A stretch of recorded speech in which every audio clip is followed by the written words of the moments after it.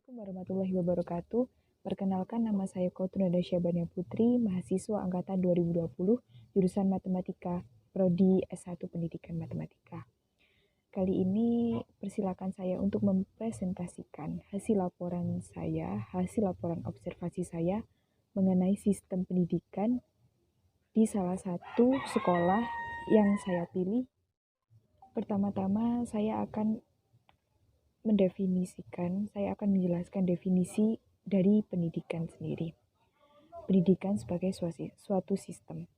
Pendidikan sebagai suatu sistem itu merupakan komponen yang saling berhubungan secara teratur dalam proses belajar mengajar agar para peserta didik dapat mengenali dan mengembangkan potensi yang ada dalam dirinya. Dalam sistem pendidikan sendiri, terdapat 7 komponen pendukung untuk mencapai tujuan pendidikan itu. Yang pertama, tujuan pendidikan. Tujuan pendidikan itu tergantung pada nilai-nilai maupun paradigma setiap individu dalam menjiwai tingkah laku manusia. Yang kedua, itu peserta didik. Peserta didik atau biasa disebut dengan siswa. Peserta didik menjadi salah satu komponen penting dalam berjalannya proses pendidikan. Mereka yang tergolong dalam peserta didik itu tidak hanya di usia sekolah saja, tapi orang dewasa juga termasuk ke dalamnya.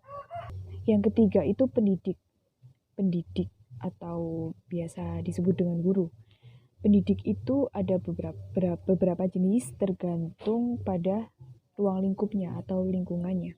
Misalnya pada lembaga sekolah yang disebut dengan guru, dalam keluarga yang disebut dengan orang tua dan lain sebagainya. Yang keempat ada metode pendidikan. Metode pendidikan sendiri dibagi lagi menjadi 3. Yang pertama, metode diktatoral, yaitu merupakan metode yang menimbulkan sikap diktator atau otoriter, yang artinya pendidik menentukan segalanya. Yang kedua, metode liberal, yaitu merupakan suatu metode di mana pendidik tidak berhak ikut campur dalam perkembangan peserta didik. Dan yang ketiga, metode demokratis, yaitu seorang pendidik tidak boleh terlalu menguasai tetapi harus membimbing perkembangan peserta didik untuk mencapai tujuan dari pendidikan nasional itu sendiri. Komponen kelima yaitu materi pendidikan.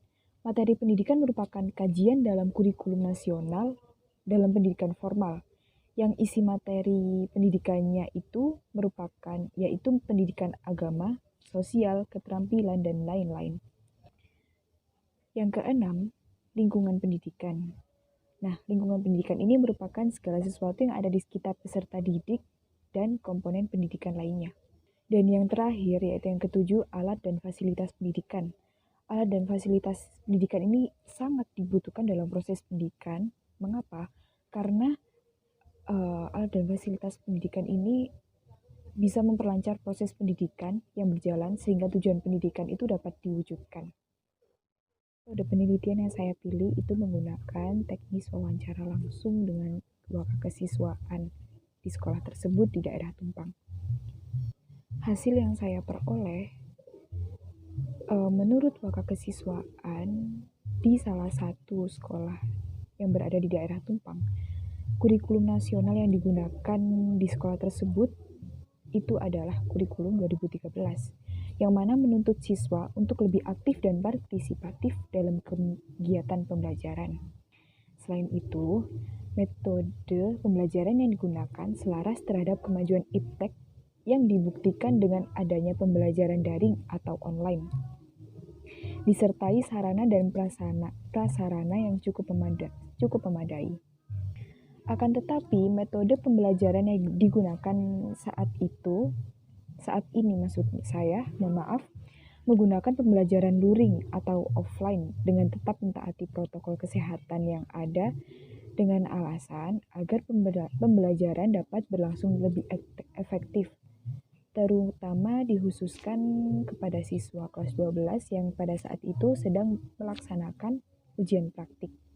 Selain itu, pembelajaran luring dilakukan dengan sistem ganjil genap, yaitu jumlah siswa dalam setiap kelas dibagi lagi menjadi ganjil genap. Dengan permisalan contoh seperti ini. Jika suatu kelas ada 30 siswa isinya, maka dalam kelas tersebut dibagi lagi menjadi 2 kelas yaitu kelas A dengan jumlah siswa 15 dan kelas B dengan jumlah siswa yang sama, yaitu 15. Ya, itu untuk mencegah terjadinya penularan resiko penyebaran COVID yang terjadi saat ini, apalagi di masa pandemi. Demikianlah beberapa hal yang bisa saya sampaikan. Sebelumnya mohon maaf, saya meminta maaf yang sebesar-besarnya kepada teman-teman dan Bu Anggia Listianingrum selaku dosen pengantar ilmu kependidikan. Jika dalam penyampaian yang saya berikan tadi mungkin ada kesalahan kata atau beberapa pernyataan yang mungkin menyinggung atau salah tindakan, saya memohon maaf yang sebesar-besarnya. Karena manusia itu tidak luput dari kesalahan. Baik, terima kasih. Sekian presentasi dari saya. Mohon maaf bila ada kesalahan. Wassalamualaikum warahmatullahi wabarakatuh.